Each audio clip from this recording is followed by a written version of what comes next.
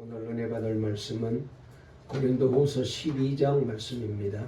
1절부터 10절까지입니다.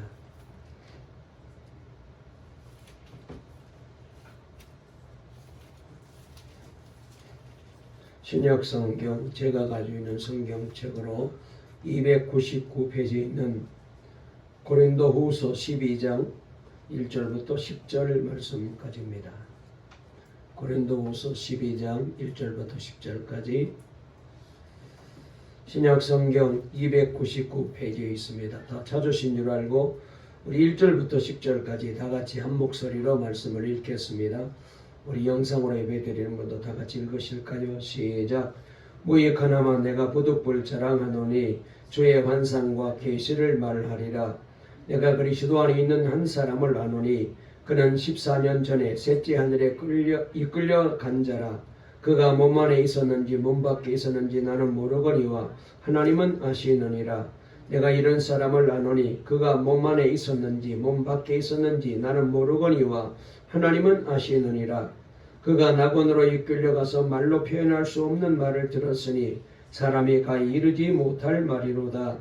내가 이런 사람을 위하여 자랑하겠으나 나를 위하여는 약한 것들 외에 자랑하지 아니하리라. 내가 만일 자랑하고자 하여도 어리석은 자가 되지 아니할 것은 내가 참말을 함이라.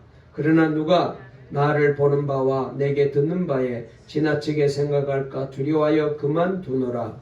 여러 계시를 받은 것이 지극히 크므로 너무 자만하지 않게 하시려고 내 육체에 가시고 사탄의 사자를 주셨으니 이는 나를 쳐서 너무 자만하지 않게 하려 하심이라.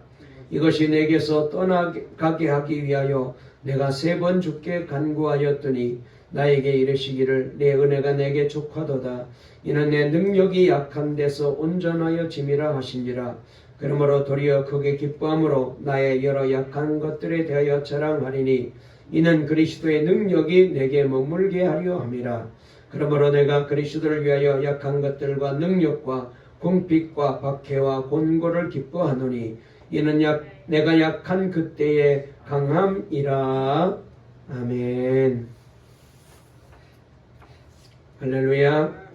하나님의 은혜 가운데 오늘 또 성탄절을 앞두고 이렇게 우리가 예배 드리게 되었습니다. 오늘 또 예배를 통하여 주의 은혜가 우리 가운데 넘치게 될 줄로 믿습니다.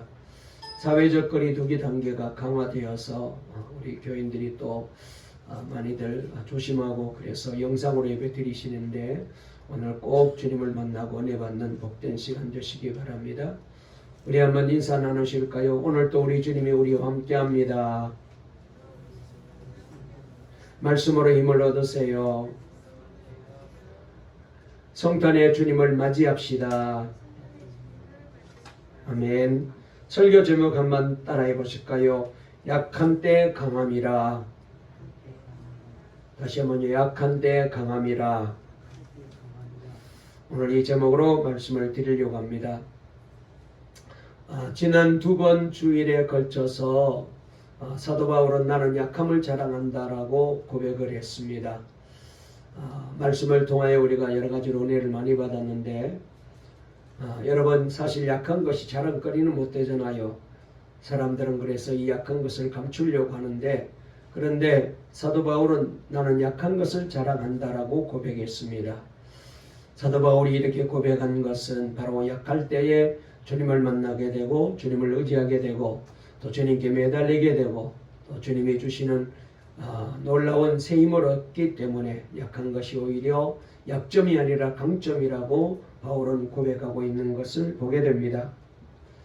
여러분 가끔 우리가 TV를 보게 되면 텔레비전에 동물의 왕국, 동물에 대한 프로그램이 소개되고 있는 것을 보게 됩니다. 그런데 그때 말이죠. 동물들이 서로 힘겨루기를 하는 것을 보게 됩니다. 또 암컷을 차지하기 위해서 서로 싸우는 모습을 보게 됩니다. 그때 이 동물들이 말이죠. 자기 몸집보다 좀 더 자기 몸을 더 부풀려서 크게 해서 그래서 적에게 위협을 가하는 그런 모습을 보게 됩니다. 그만큼 자신은 강하다, 힘이 있다, 등치가 크다라는 것을 상대편에게 보여서 자기가 힘이 세다는 것을 강하다는 것을 과시하려고 그러는 거죠. 개구리도 말이죠. 보면은 싸울 때에 옆에 있는 그 울음 주머니를 크게 만들어 가지고 부풀려서 자기가 몸집이 큰 것을 상대편에게 보이면서 위협을 가하는 모습을 보게 됩니다. 여러분, 코브라 뱀도 말이죠. 사실은 그냥 있을 때는 아주 가느다란 그런 뱀인데 위협을 느낀다든지 여러 가지 어려움을 당하고 그 다음에 상대편을 공격할 때 보면은 자신의 몸을 씌워서 그래서 아주 몸 크기를 넓게 만들어 가지고 상대편에게 위협을 가하는 모습을 보게 됩니다. 또 물고기도 어떤 물고기는 말이죠. 위협을 가하게 되면은 자기 몸을 아가미를 막 벌려서 크게 하는 그런 경우도 있고요. 그 다음에 새들 중에도 보게 되면은 특별히 옛날에 시골에서 닭을 키울 때 보게 되면은 수탉이 서로 싸울 때 그 목덜미에 있는 털을 막 깃을 세워가지고 상대편을 위협합니다. 그만큼 자신은 힘이 있고 강하다라는 것을 과시하여서 상대편에게 위협을 주려고 그렇게 하는 것이죠. 여러분, 이런 모습을 보면서 동물만 그런 게 아니고 여러분 사람도 비슷하다는 생각을 많이 해보게 됩니다. 생존 경쟁에서 살아남기 위해서 약하게 보이지 아니하려고 무척 애를 쓰고 있죠. 그래서 강한 자를 인정해주는 세상이기 때문에 약하게 보이지 아니하려고 어떻게든지 스스로 강해지려고 하는 모습을 우리가 많이들 보게 됩니다. 그래야 남들 위에 서게 되고 남들을 지배할 수 있게 되고 그래야 여러 가지 좋은 조건을 자기가 가질 수 있기 때문에 사람들은 어떻게 하든지 약점은 감추고 자기가 강하다라는 것을 자랑하는 것을 보게 됩니다. 사실 잘난 게 없으면서도 잘난지 않은 것이 여러분 우리들의 모습이 아닙니까? 그렇게 해서라도 자신을 강하게 보이려고 하는 거죠. 또 아는 게 없으면서도 아는 체라도 해야 됩니다. 힘이 약하면 강한 척이라도 해야 그래서 몸에 사람들 보면은 가끔 문신을 새기고 있는 사람들이 있잖아요. 가까이서 보면 참 무서울 정도로 아주 흉악한 막 그림을 그려놨는데 그것은 그만큼 나는 강하다라는 것을 사람들에게 보여주고 있는 그런 모습이죠. 이렇게 양육강식의 논리가 지배하는 세상에서 연약함은 곧 패배를 의미하는 것이기 때문에 그래서 약함이라는 것은 우리 인간들이 좋아하는 그런 단어가 결단코 아닌 것입니다. 그러나요, 우리 사람에 비하여 하나님은 다르게 생각하셔요. 하나님은 사람과는 달리 우리의 연약함에 대해서 관심을 많이 가지고 계셔요. 사실 하나님은 우리의 힘과 외모, 기술과 부유함 그리고 재능에 대해서 별 관심이 없습니다. 우리는 이런 것들을 대단하게 여기지만은 그래서 우리의 똑똑함을 자랑하고 미모와 능력을 자랑하고 그러는데 하나님은 여기에 대해서 별로 감동을 안 받으십니다. 오히려 하나님은 우리가 숨기고 싶어하고 감추고 싶어하는 약점을 찾으시고 계셔요. 참 이상하지 않습니까? 그래서 오늘 본문을 통해서도 우리는 그런 이유를 성경을 통하여 발견할 수가 있는데요. 연약함의 참된 정체가 도대체 무엇인지 오늘 사도 바울이 다시 한번 우리에게 잘 말씀을 통하여 깨닫게 해주시고 알게 만들어 주십니다. 그래서 이것을 가르쳐서 우리는 하나님의 역설적인 진리다라고 우리는 말할 수가 있습니다. 여러분, 약함은 우리에게 어떤 의미를 줄까요? 몇 번에 걸쳐서 말씀을 드렸는데 사도 바울의 경우를 통하여서도 보고 우리가 하나님 앞에 쓰임받는 사람들의 경우를 통하여서 보게 되면은 여러분, 약함은 우리를 겸손하게 만드는 하나님의 선물이라는 사실을 깨닫게 됩니다. 주님을 믿는 사람이든 안 믿는 사람이든 모든 사람은 나름대로 다 약점이 있습니다. 종류와 정도의 차이가 있지만 그래서 약한 것이 없는 사람이 하나도 없습니다. 여러분, 이 세상의 사람 중에 100% 완벽하게 장점만 가지고 사는 사람은 하나도 없어요. 아무리 돈이 많은 사람도, 아무리 권세가 있는 사람도, 아무리 지식이 높은 사람도, 아무리 힘이 있는 사람도 보게 되면은 그 사람 나름대로 괴로워하고 힘들어하고 감추고 싶어하는 약점이 있는 것을 우리가 발견할 수가 있습니다. 여러분, 그러므로 약함은 심각한 병이나 장애같이 육신적인 것일 수도 있고요, 소극적이거나 우울한 성격일 수도 있고, 자라면서 받은 상처 같은 정서적인 것일 수도 있고, 가난이라든지 실패라든지 어려움 등 내가 처한 환경적인 것일 수도 있습니다. 아무튼 모든 사람들에게는 이런 약점이 다 있어요. 그런데 우리가 한 가지 먼저 기억해야 될 것은, 약함은요, 죄를 의미하는 것이 아님을 기억해야 됩니다. 약하다고 죄는 아닙니다. 다만 나의 삶과 사역을 좀 제한하게 만들고, 그리고 우리가 이 세상을 사는데 조금 불편하게 만들 뿐이지, 이 약함은 결단코 죄가 아닙니다. 특별히 사도 바울도 치명적인 약함을 가지고 있었습니다. 우리가 바울을 통하여서도 보고, 모세를 통하여서도 보고, 야곱을 통하여서도 보게 되면은, 다니엘을 통하여서도, 다윗을 통하여서도 보게 되면은, 여러분, 오히려 그 약함 때문에 더 크게 되고 더 귀하게 쓰임받고 더 놀라운 하나님의 은혜와 복을 누리며 살았던 것을 우리가 기억하게 됩니다. 그러므로 여러분, 우리 믿는 그리스도인들에게 이 약함은 하나님을 만나는 기회가 되고, 그리고 하나님이 은혜 주시고 하나님의 능력을 체험하는 놀라운 지름길이 되는 것을, 주님께로 나아가는 놀라운 지름길이 되는 것을 우리가 발견할 수가 있습니다. 자, 오늘 우리가 읽은 말씀에 보면은 사도 바울은 얼마나 그가 약함을 가지고 있었는지 거기 7절 말씀에 이렇게 고백하고 있는데요. 먼저 한번 오늘 본문 12장 7절 말씀 다 같이 읽어보실까요? 고린도후서 12장 7절 다 같이 읽습니다. 시작. 여러 계시를 받은 것이 지극히 크므로 너무 자만하지 않게 하시려고 내 육체에 가시고 사탄의 사자를 주셨으니 이는 나를 쳐서 너무 자만하지 않게 하려 하심이라. 아멘. 여기 사도 바울은 자신의 약함을 가리켜서 육체의 가시라고 불렀고, 또 사탄의 사자라고도 부르고 있는 것을 보게 됩니다.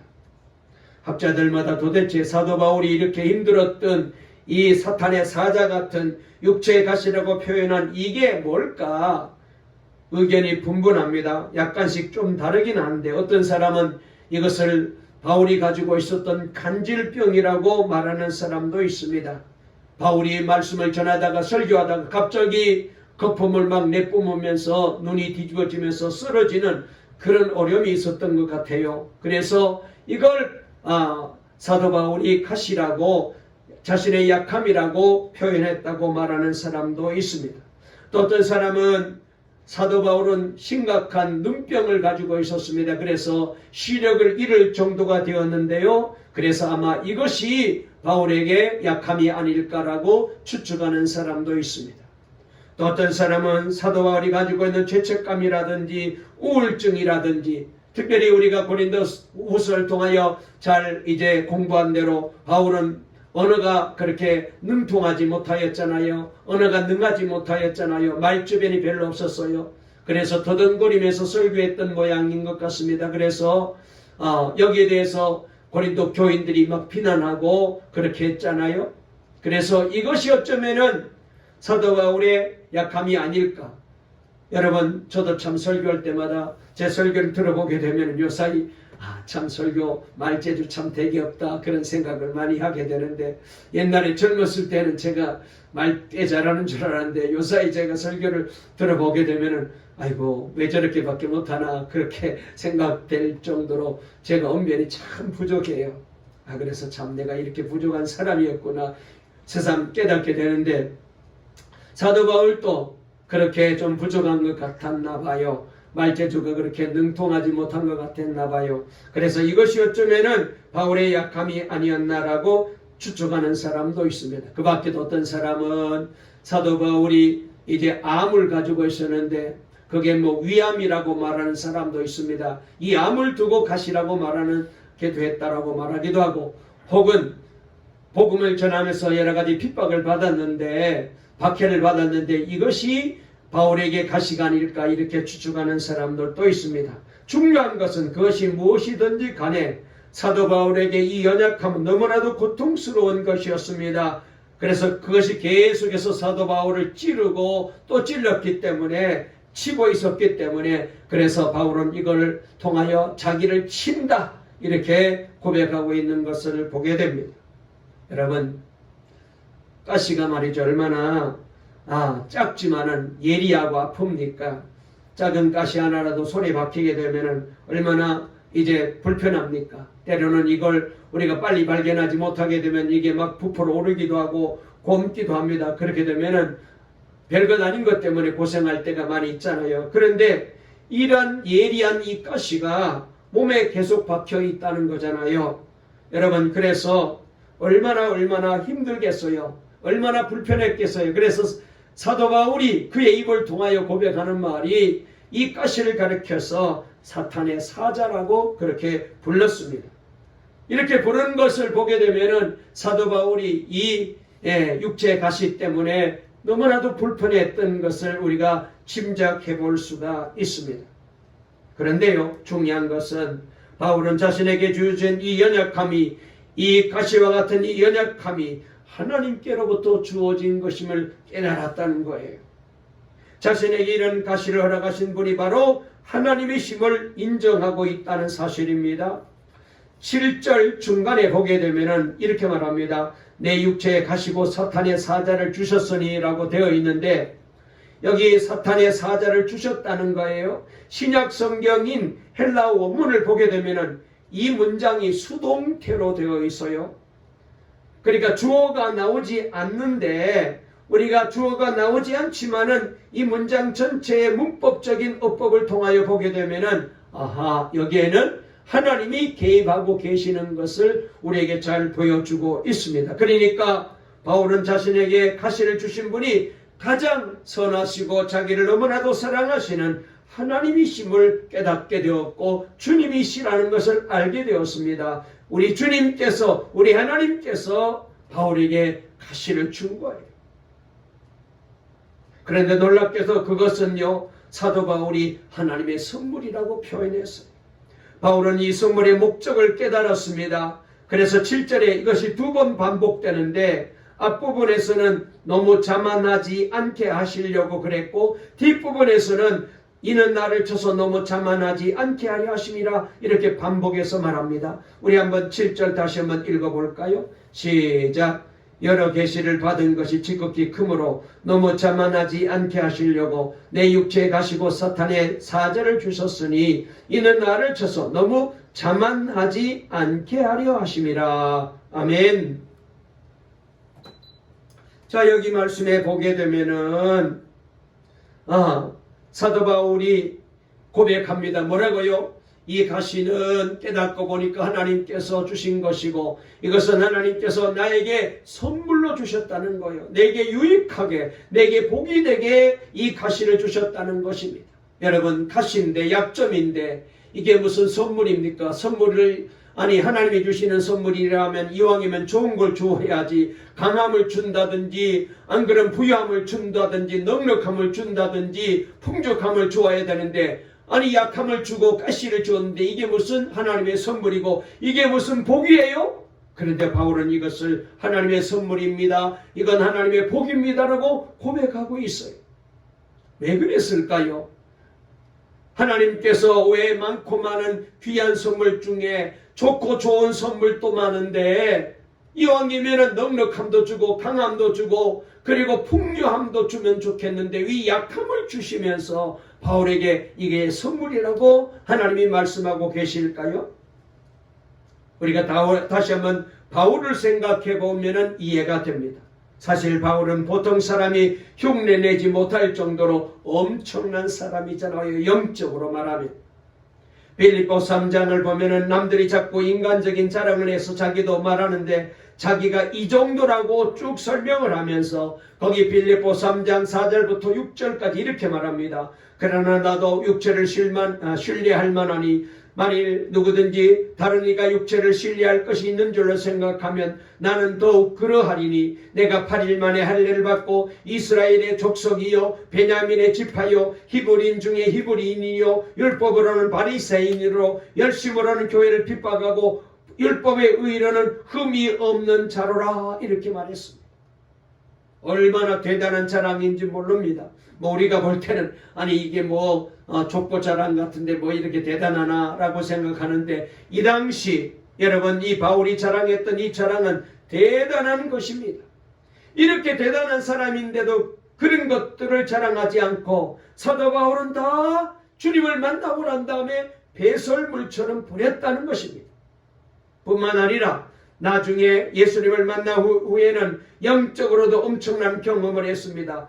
자, 지금까지 바울이 가지고 있는 것만도 정말로 자랑해도 입에 침이 마르도록 자랑해도 부족할 터인데, 여기다가 하나님이 더 놀라운 신비한 은혜를 체험하게 만들어 주는데, 그게 뭐냐? 여기 12장 1절부터 4절까지 잘 나와 있어요. 자, 우리 한번 읽어볼까요? 12장 1절부터 4절입니다. 시작. 무익하나마 내가 부득불 자랑하노니 주의 환상과 계시를 말하리라. 내가 그리스도 안에 있는 한 사람을 아노니 그는 14년 전에 셋째 하늘에 이끌려간 자라. 그가 몸 안에 있었는지 몸 밖에 있었는지 나는 모르거니와 하나님은 아시느니라. 내가 이런 사람을 아노니 그가 몸 안에 있었는지 몸 밖에 있었는지 나는 모르거니와 하나님은 아시느니라. 그가 낙원으로 이끌려가서 말로 표현할 수 없는 말을 들었으니 사람이 가히 이르지 못할 말이로다. 아멘. 여기 말씀에 보면은 사도 바울이 내가 어떤 한 사람을 알고 있다라고 말합니다. 그러니까 여기서 어떤 한 사람이라는 것은 바로 바울 자신입니다. 그런데 바울은 직접 내가 이런 체험을 했다 이렇게 말하지 않고 겸손하게 내가 아주 신비한 체험을 한 어떤 사람을 아는데 그 사람이 14년 전에 셋째 하늘에 이끌려간지라 그랬어요. 여기 셋째 하늘은 바로 우리가 늘 사모하는 저 천국을 가리키죠. 우리가 가려고 하는 저 천국을 가리킵니다. 그때 자신은 몸 밖에 있었는지 몸 안에 있었는지 알 수 없지만은 정말로 신비한 그런 경험을 하게 되었습니다. 그런 모습으로 천국을 낙원을 이끌려가서 다 구경하고 돌아왔다라고 말씀하고 있습니다.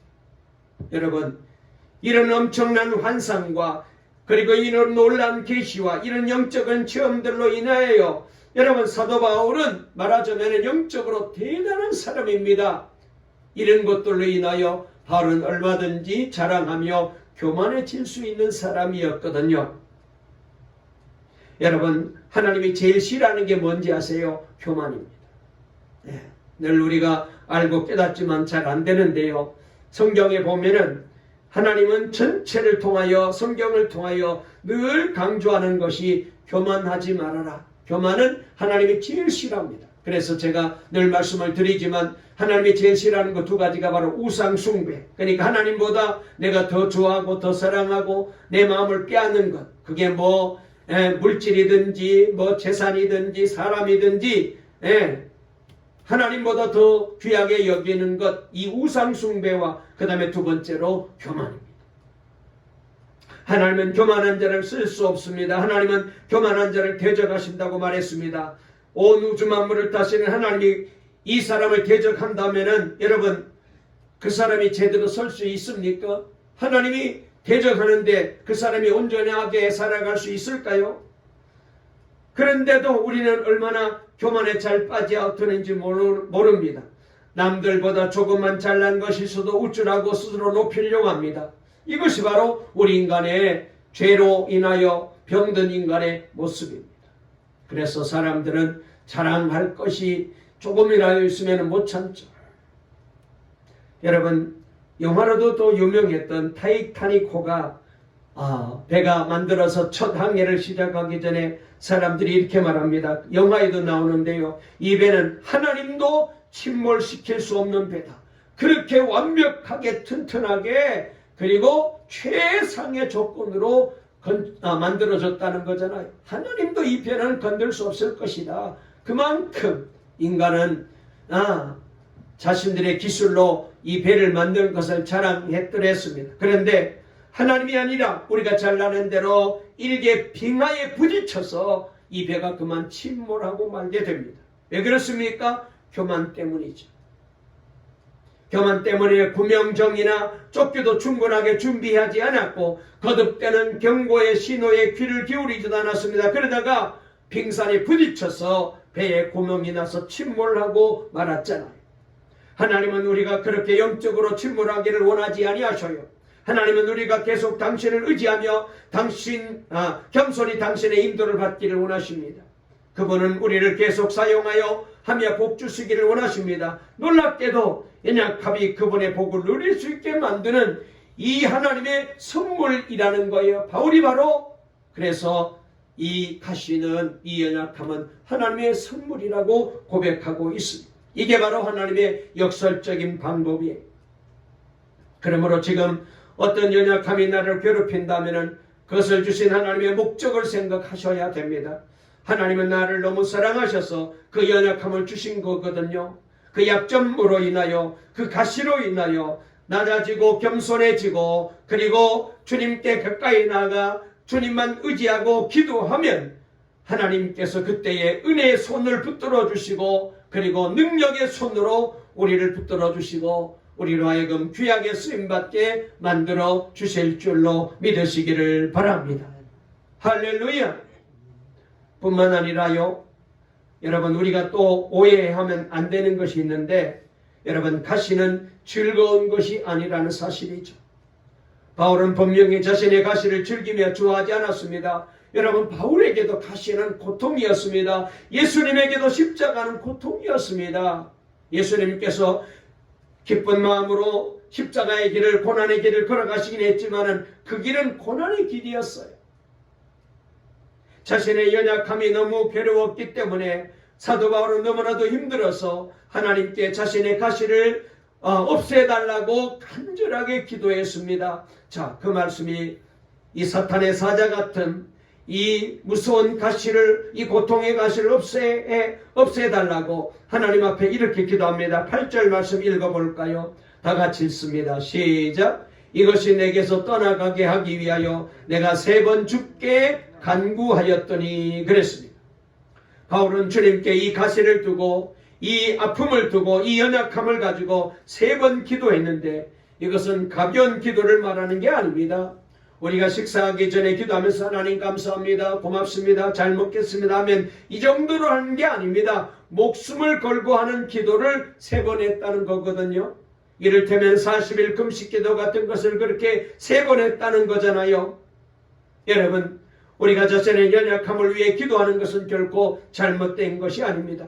우리는 당연히 기도해야 됩니다. 육체적인 연약함을 놓고 기도해야 됩니다. 그런데 이러한 바울의 간절한 기도에 대한 하나님의 응답이 무엇인지 아시나요? 9절에 나와 있어요. 뭐라고 응답했을까요?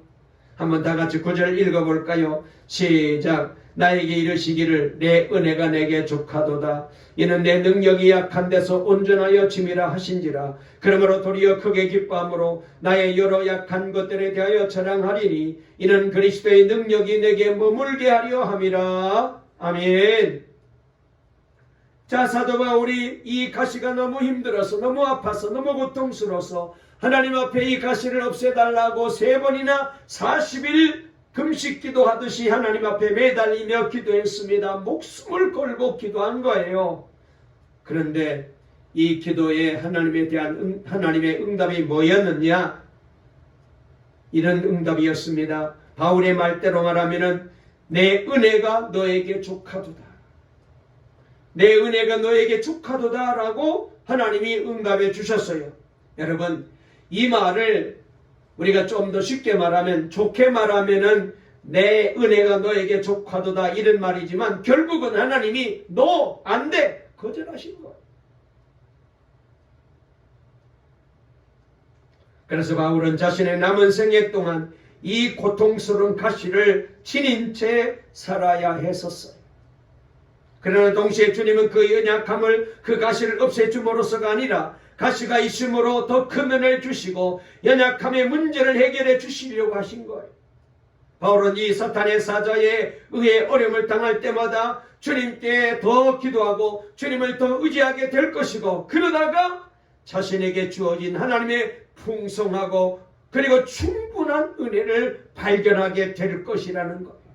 그래서 주님은 바울에게 충분한 은혜를 약속하시면서 그 은혜에 대한 설명을 하십니다. 뭐라고요? 이는 내 능력이 약한 데서 온전하여 집니다. 우리가 약할 때 오히려 주님의 능력이 내게 더하여진다는 것입니다. 그래서 10절에 이 사실을 깨닫고 난 다음에 사도 바울이 그제서야 무릎을 탁 치면서 이렇게 고백합니다.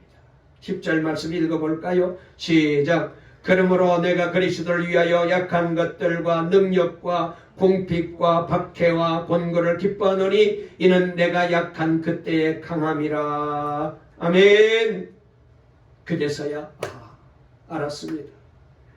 왜 가시가 선물인 줄 이제야 알았습니다.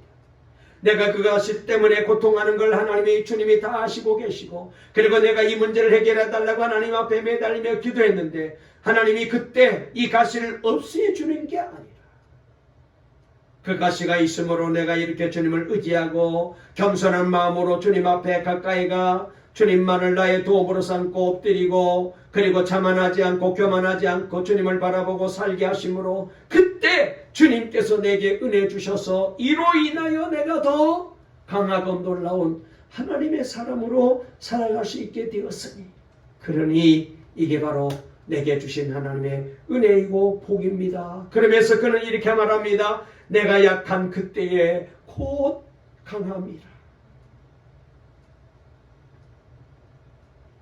하나님의 능력은 우리의 약한 가운데 역사하십니다.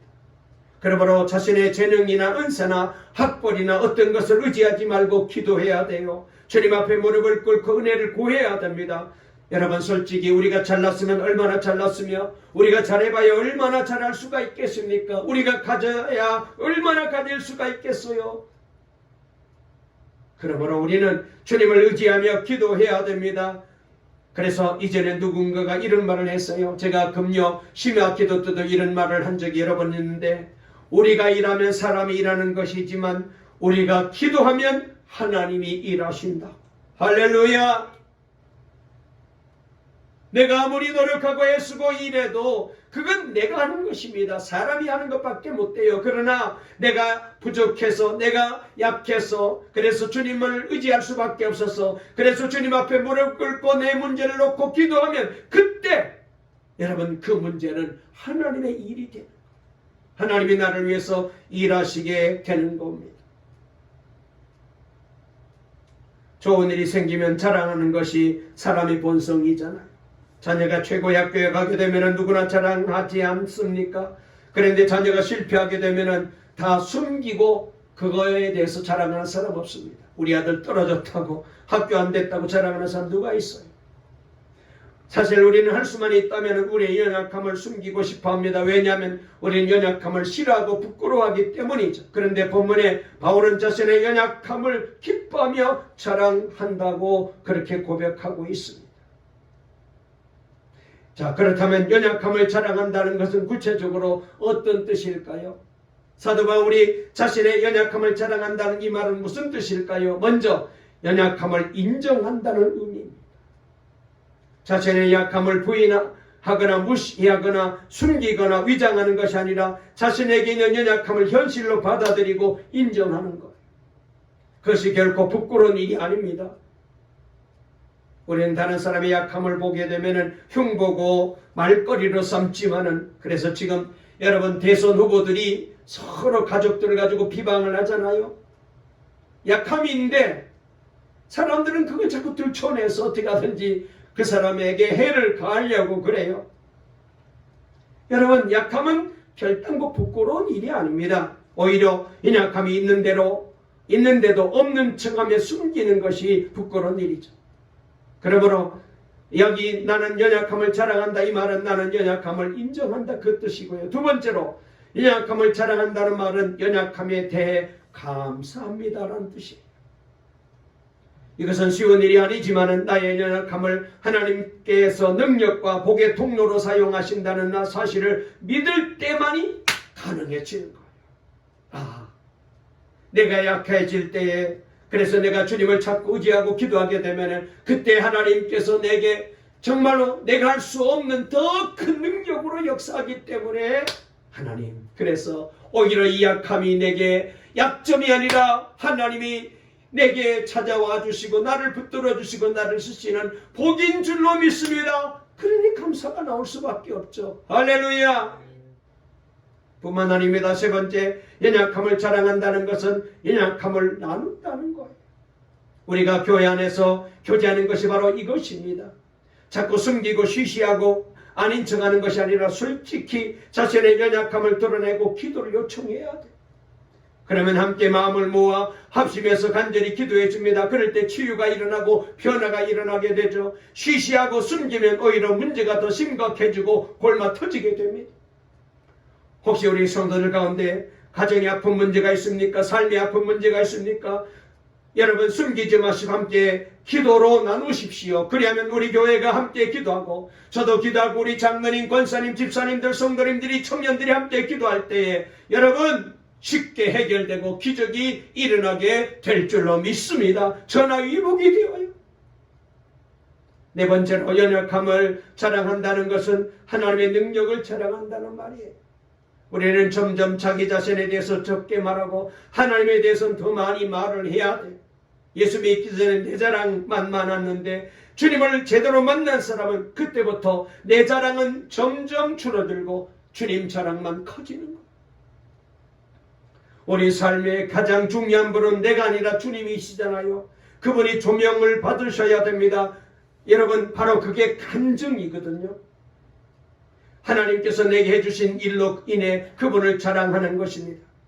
우리가 약할 때 그분의 강함이 나타납니다. 내가 약점이라고 생각하는 바로 그것이 하나님의 능력과 복의 도구가 될 수 있습니다. 우리의 연약함이 그분의 강함이 되는 것입니다. 물론 약한 것이 무조건 강하다는 것은 아닙니다. 하나님께서 약한 사람을 다 쓰신다는 것도 절대로 아닙니다. 중요한 것은 그 사람 안에 거하시는 예수 그리스도예요. 내가 약할 때에 어떻게 하느냐? 주님을 의지하느냐? 기도하느냐? 여기 약할 때 강하다는 말은 자신이 약하기 때문에 오직 예수님만 드러낸다는 것입니다. 나의 약한 것을 자랑하고 기뻐한다는 말은 자신이 약하기 때문에 오직 예수님만 의지하게 되었다는 거잖아요. 사도 바울은 고린도서 4장 7절에서 질그릇 같은 자기 안에 보배이신 예수님께서 거하신다고 고백했습니다. 그래서 그는 어떤 시험도 어떤 고난도 다 이길 수 있다라고 우리에게 간증하고 있잖아요.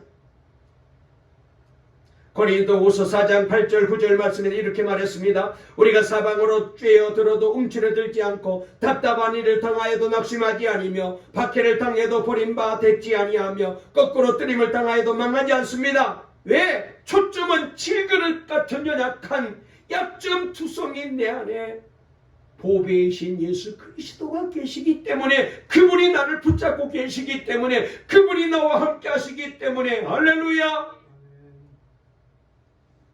그래서 나는 약함을 자랑한다. 여러분 사도 바울은 예수님과 동행하였기에 예수님 한 분이면 충분했어요. 우리가 예수님을 바라보지 못하면 교회도 성도도 세상 사람과 똑같아지는 거예요. 저는 지금 제 인생의 정점에서 내려서는 시기에 서 있습니다. 뭐 아시는 대로 또 이제 점점 은퇴를 바라보고 있습니다. 이제 저는 점점 더 늙어지고 약해지고 추해질 거예요. 나이가 들어 추해지는 분들을 많이 봅니다. 초라해지시고 어린아이 같아지시고 말이 많아지시고 환영받지 못하는 처지가 되어요. 은퇴 후에 병으로 고생하시던 목사님들, 은퇴 후에 힘들게 사시는 목사님들도 말씀을 준비하면서 생각이 났어요. 은혜랑 한번 이제 커피집에 가는데 드라이스루에 가서 시키는데 말을 제가 좀 잘 못하니까 내가 아니 왜 아빠가 이렇게 자꾸 말을 더듬거리고 떠느냐고. 아니 전에는 안 그랬거든요. 이게 나이가 드니까 머리는 뱅뱅 도는데 말이 잘 안 나와요. 이게 늙어간 나름 치는 거잖아요. 여러분 그래서 저는 더욱 주님을 붙잡으려고 그래요.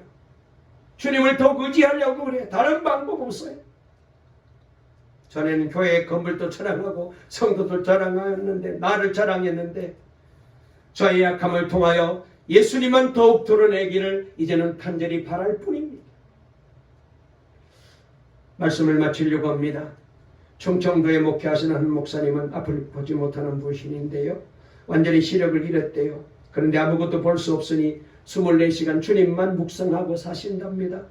주님께서 말씀을 계속 주신답니다. 그것을 사모님께 말하면 사모님은 그것을 적어서 다시 들려주고 교회에 있는 그것들을 통하여 은혜 받는데, 그런데 이 목사님의 이 전해준 말을 듣고 교인들이 훨씬 더 은혜를 많이 받는데, 13살부터 전신마비로 누워만 있던 미즈노 겐주라는 분은 예수님을 마음에 영접한 후에 눈짓만으로 실을 서서 주님을 찬양했는데, 일본에서요, 이분 때문에 예수님을 가장 많이 믿게 되었다는 거예요. 얼마나 놀라운 일입니까? 말도 못해서 눈짓으로 표시하면 그걸 옆에서 무슨 말인지 적어서 그걸 시로 만들어서 시집을 냈는데, 그 시 때문에 예수님을 만나는 사람이 얼마나 많은지. 여러분, 예수님을 믿는 것은 놀라운 복입니다. 어떤 고난도 두렵지 않고 어떤 약점도 부끄럽지 않게 됩니다. 이보다 놀라운 일이 어디 있겠습니까?